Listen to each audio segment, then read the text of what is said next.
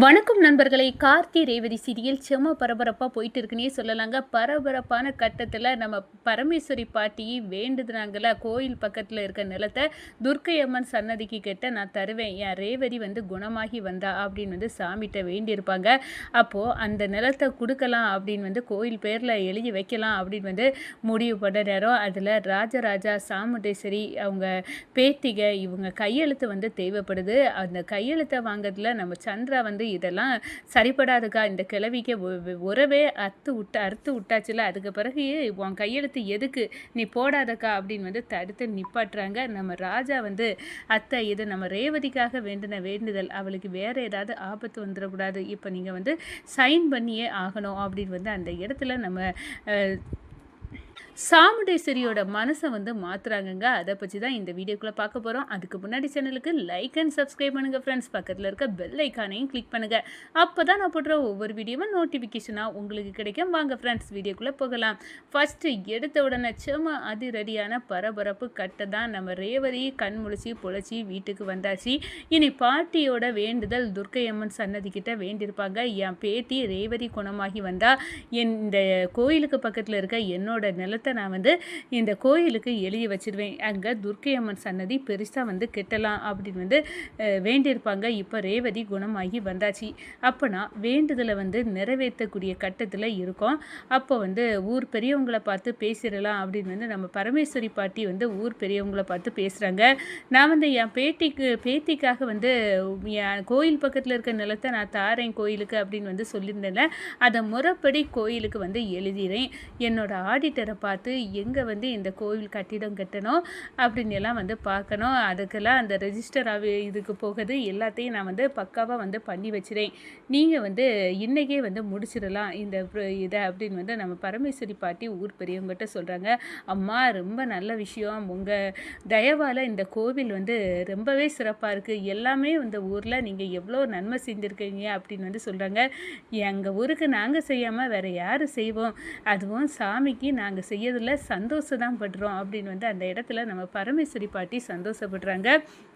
அடுத்ததாக register, auditor இவங்க எல்லாத்தையும் பார்த்து நம்ம பரமேஸ்வரி பாட்டி இந்த நிலத்தை நான் ஊருக்கு எழுதி வைக்கணும், அதுக்கு என்ன நடைமுறையோ அதை பண்ணுங்கப்பா அப்படின்னு சொல்ல நேரம், இந்த நிலம் உங்கள் கணவரோட உங்களுக்கும் உங்கள் மகனுக்கும் எழுதி வச்சுருக்க நிலம், ஆனால் இப்போ இந்த நிலத்தை நீங்கள் சட்டப்படி எழுதி கொடுக்கணும்னா அந்த நிலத்துக்கு உங்கள் மருமகளும் உங்கள் பேத்திகளும் சைன் போடணும் உங்கள் மகனு கூடவே அப்படின்னு சொல்கிறாங்க. என்னப்பா இது புது சிக்கலாக இருக்குது, அந்த சாமுண்டேஸ்வரி எங்கே ஒத்துக்கிடுவா, சைனவா போடனாலே யோசிப்பால, கூடவே அவிய அக்கா தங்கச்சி சந்திரா இருக்கா, அவள் பயங்கர ஆள், என்ன பண்ணலாம் அப்படின்னு அந்த இடத்துல யோசிக்கிறாங்க.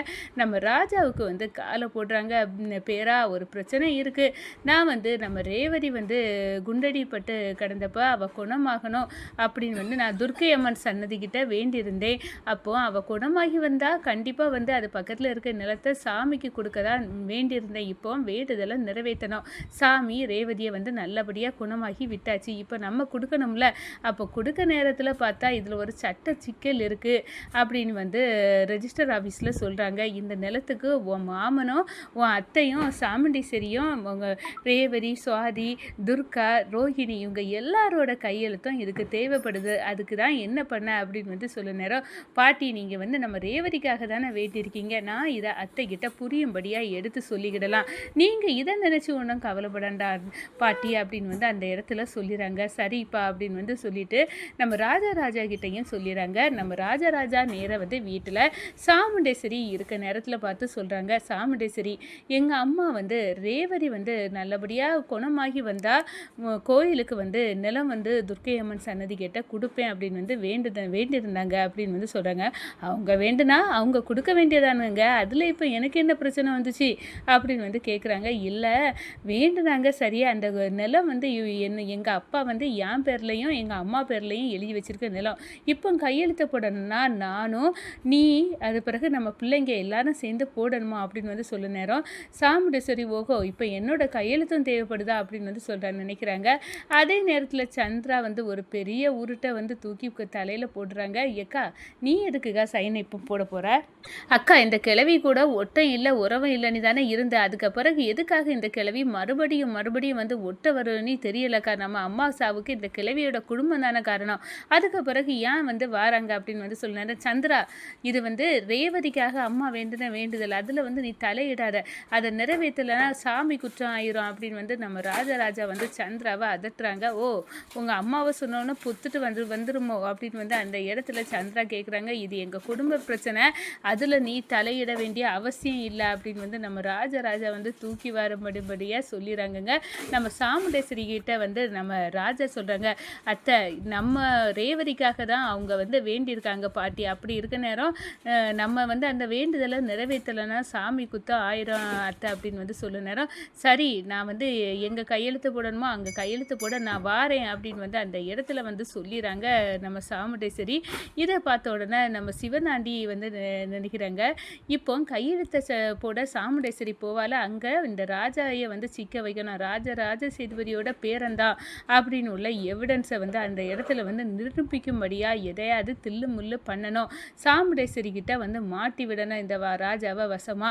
அப்படி அப்போ தான் நம்ம சாமுண்டேஸ்வரி கையாலே வந்து இந்த ராஜாவை வந்து, என் துரோகி, நீ வந்து ஒரு நம்பிக்கை துரோகி, இவ்வளோ காலம் என் வீட்டில் வேலை பார்த்து நீ நல்லவே மாதிரி நடித்து எனக்கு எதிரியை இருந்து என் பொண்ணை வேற கல்யாணம் பண்ணியிருக்கா அப்படின்னு வந்து அவள் கையாலே வந்து இந்த ராஜாவை வந்து கழுத்தை குத்தி வெளியே தள்ளணும், இது நடக்கணும் அப்படின்னு வந்து அந்த இடத்துல வந்து சிவனாண்டி, சந்திரா, முத்துவேலு, காளியம்மா இவங்க எல்லாரும் பயங்கரமான திட்டத்தோடு வந்து இருக்கு.